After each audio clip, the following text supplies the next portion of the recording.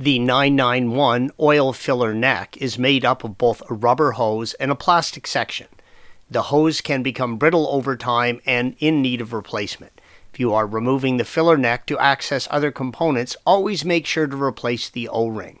The system is located under the fill cap, red arrow, and below the engine cooling fan housing. You will need to remove the cooling fan housing, blue arrow. Please follow the link provided at the end of this video for additional assistance with that task. Remove the caps for both the coolant reservoir and the oil fill cap. Use an E10 Torx and remove the single screw holding the fill plate down, red arrow. In this image, you can see the hose clamp holding the hose to the base plate, blue arrow.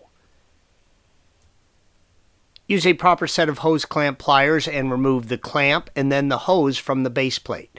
Make sure to plug the hose right away as this leads directly into the engine case and you do not want to drop anything in there.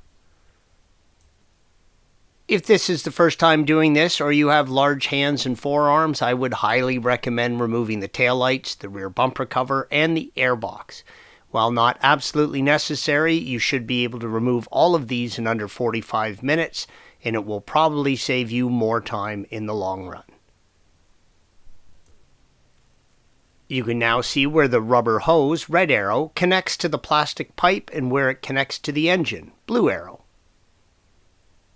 If you are just replacing the hose section, use a proper set of hose clamp pliers and remove and replace the hose, red arrow. If you are removing the pipe, begin by squeezing in on the tabs on the hose, red arrow, and removing the hose from the top of the pipe. Use a T27 Torx and remove the single screw holding the top of the pipe to the bracket on the intake runner.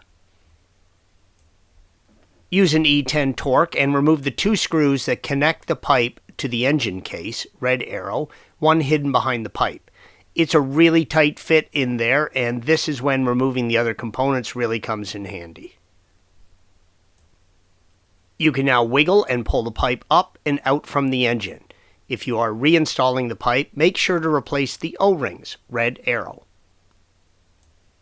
Immediately plug this opening. It leads directly to the engine case, and if something gets in there, you have potentially a very big problem in front of you.